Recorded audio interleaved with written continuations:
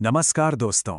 आज के इस विश्लेषण में हम लोग शिक्षा मनोविज्ञान यानी एजुकेशनल साइकोलॉजी के एक सबसे ज़रूरी टॉपिक पर चर्चा करने वाले हैं और वो है अधिगम, जिसे हम आम भाषा में सीखना या साइकोलॉजी ऑफ लर्निंग कहते हैं।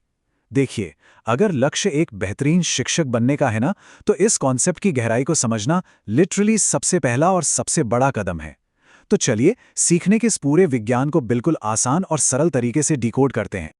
आगे बढ़ने से पहले बता दूं, ये पूरा एक्सप्लेनर कला फाइन आर्ट टीचर एकेडमी की तरफ से प्रस्तुत किया गया है। ये एक ऐसी एकेडमी है जिसका मेन मोटिव ही यही है कि उम्मीदवारों को बेस्ट एजुकेशन और सफलता के रास्ते पर ले जाया जाए। एक श्रेष्ठ तैयारी और अभ्यास से शिक्षकों को उनकी मंजिल तक पहुंचाने का जो संकल्प है, उसी के साथ आज के इस सफर की हम शुरुआत करते हैं। आज के इस टीचर्स टूलकिट का रोड मैप बिल्कुल क्लियर है। पहले हम अधिगम को डिकोड करेंगे, फिर मनोविज्ञान के मास्टर्स की परिभाषाएं देखेंगे, उसके बाद सीखने के 3 पक्ष क्या हैं वो जानेंगे और आखिर में इसकी मेन विशेषताएं कवर करेंगे।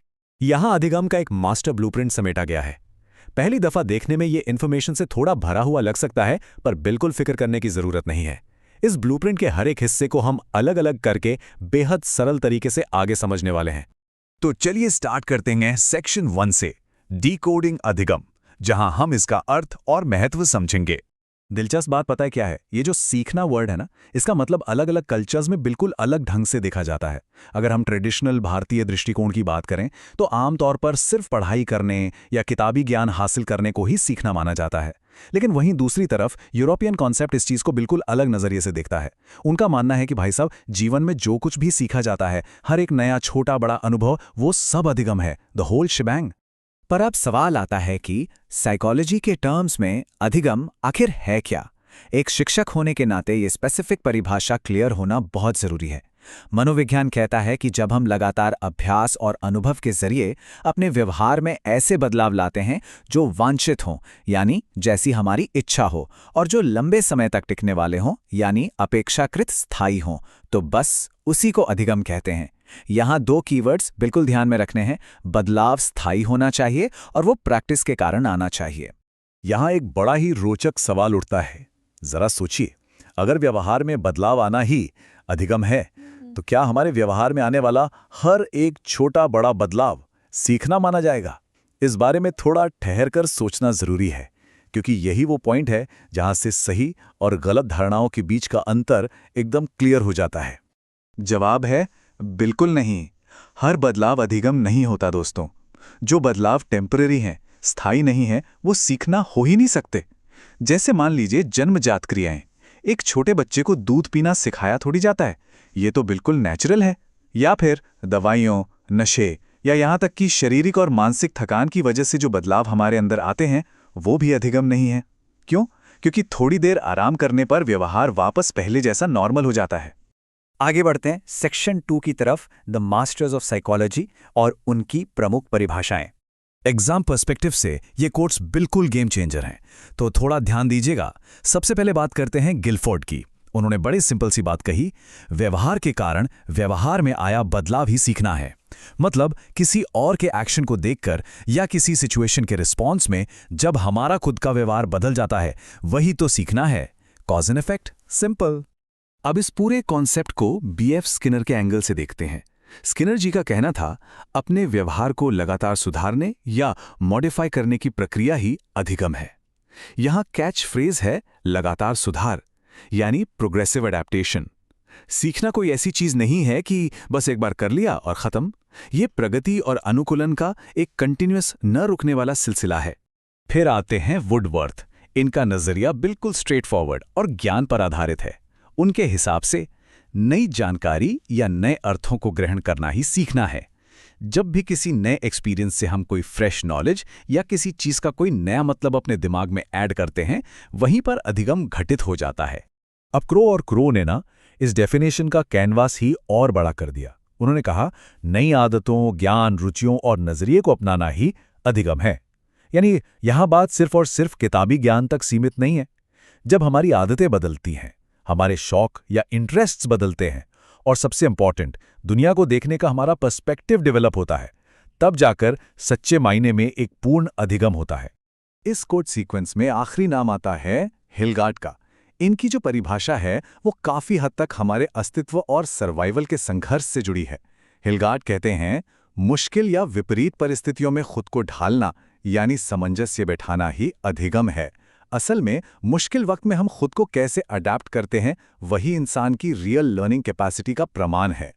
चलिए अब चलते हैं सेक्शन 3 पर, द 3 एस्पेक्ट्स ऑफ लर्निंग, यानी सीखने के प्रैक्टिकल तरीके। पहला तरीका है संज्ञानात्मक, जिसे हम कॉग्निटिव एस्पेक्ट भी कहते हैं। ये पूरी तरह से हमारे दिमाग, हमारी सोच, तर्क और नॉलेज से कनेक्टेड है। जब हमारी इंद्रियां जैसे आंख, कान, नाक दुनिया को एक्सपीरियंस करती है तो दिमाग में उस चीज की एक पिक्चर या खाका बन जाता है। साइकोलॉजी की लैंग्वेज में इस तस्वीर को स्कीमा कहा जाता है। यही स्कीमा असल में हमारे ज्ञान का सबसे पहला और ठोस आधार बनता है। इस संज्ञानात्मक पक्ष को चलिए थोड़ा और ब्रेक डाउन करते हैं। इसके बेसिकली 3 सब टाइप्स होते हैं। पहला है मूर्त संज्ञान, जहां सामने दिख रही फिजिकली ठोस चीज को पहचाना जाता है, जैसे एक असली हाथी को अपने सामने देखकर समझना कि हाँ, ये हाथी है। दूसरा होता है अमूर्त संज्ञान, जहां इमेजिनेशन और कंपैरिजन का यूज होता है, जैसे हाथी और मछली के बारे में पढ़कर ये कल्पना करना कि बैल कैसा दिखता होगा। और तीसरा है साहचर्य अंतरण, यानी एक चीज सीखते सीखते उससे जुड़ी दूसरी चीज भी सीख जाना। एग्जाम्पल के तौर पर एक लैब एक्सपेरिमेंट में भूखी बिल्ली का लीवर दबाना सीखने के साथ साथ खाना पाने के लालच में 2 पैरों पर खड़ा होना भी सीख जाना। ये एसोसिएशन का एक शानदार एग्जाम्पल है। अब देखते हैं दूसरा पक्ष, क्रियात्मक या साइकोमोटर एस्पेक्ट। यहाँ बात बिल्कुल फिजिकल एक्टिविटी की होती है। इसमें हमारे शरीर की मांसपेशियों की हरकत और गतिशीलता शामिल होती है, जैसे साइकिल चलाना, तैरना, खाना बनाना या स्वेटर बुनना। इन एक्शंस को बार बार करने से हमारे शरीर में एक मसल मेमोरी विकसित हो जाती है। फिर होता यह है कि एक बार जब मसल्स उस काम को याद कर लेती हैं तो हम इसे बिना ज़्यादा दिमाग लगाए एकदम एफर्टलेसली कर सकते हैं। और दोस्तों, यही क्रियात्मक अधिगम का स्थायीपन है। तीसरा और आखिरी पक्ष है भावात्मक या अफेक्टिव एस्पेक्ट। ये बेसिकली सिंबल्स, साइंस और इमोशन से सीखने के बारे में है। इसका सबसे सिंपल उदाहरण क्या हो सकता है? सड़क पर ड्राइविंग करते वक्त साइन बोर्ड पर लाल रंग का बड़ा सा एक्स निशान देखकर तुरंत समझ जाना कि आगे जाना मना है। हमारा व्यवहार इन यूनिवर्सल सिंबल्स और इमोशनल क्यूज को देखकर फ्रैक्शन ऑफ अ सेकंड में बदल जाता है। यह भावात्मक सीखने का सच में सबसे फास्ट और प्रभावी रूप है। अब आते हैं इस विश्लेषण के आखिरी और सबसे इंपॉर्टेंट हिस्से पर, सेक्शन 4, की कैरेक्टरिस्टिक्स। तो अधिगम की विशेषताएं आखिर क्या हैं? चलिए पूरी एनर्जी के साथ इस चेकलिस्ट को देखते हैं। सबसे पहले, अधिगम एक कॉन्टिन्यूअस लाइफ लॉन्ग प्रोसेस है। ये मौत तक कभी रुकता नहीं। दूसरा, ये हर इंसान के लिए यूनिक होता है क्योंकि सबकी सीखने की स्पीड अलग होती है। तीसरा, ये हमारे एनवायरनमेंट और जेनेटिक्स दोनों से डीपली प्रभावित होता है। चौथा, ये यूनिवर्सल है। जी हां, सिर्फ हम इंसान ही नहीं बल्कि पशु, पक्षी और छोटे जीव जंतु भी हर रोज सीखते हैं। पांचवा, ये हमेशा गोल ओरिएंटेड होता है, जो प्रॉब्लम सॉल्विंग में काम आता है। छठा, ये औपचारिक तौर पर क्लास में, अनौपचारिक तौर पर दोस्तों के बीच, अकेले या ग्रुप, किसी भी फॉर्म में हो सकता है।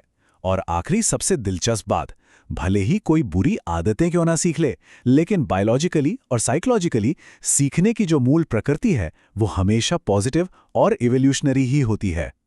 इस विश्लेषण को रैप अप करने से पहले एक बड़ा ही थोड़ा प्रोवोकेटिव सा सवाल दिमाग में आता है। जरा सोचिए, क्या न सीखना यानी किसी पुरानी आदत या किसी आउटडेटेड जानकारी को भुला देना, जिसे हम अंग्रेजी में अनलर्निंग कहते हैं, क्या वो भी एक्चुअली एक प्रकार का अधिगम ही है? खैर, इस दिलचस्प और सोचने पर मजबूर कर देने वाले सवाल के साथ ही हम आज का ये सेशन यहीं रोकते हैं। ऐसी ही बेहतरीन और गहरी जानकारियों के लिए कला फाइन आर्ट टीचर अकेडमी के साथ जुड़े रहिए और सीखने का ये सिलसिला आगे बढ़ाते रहिए।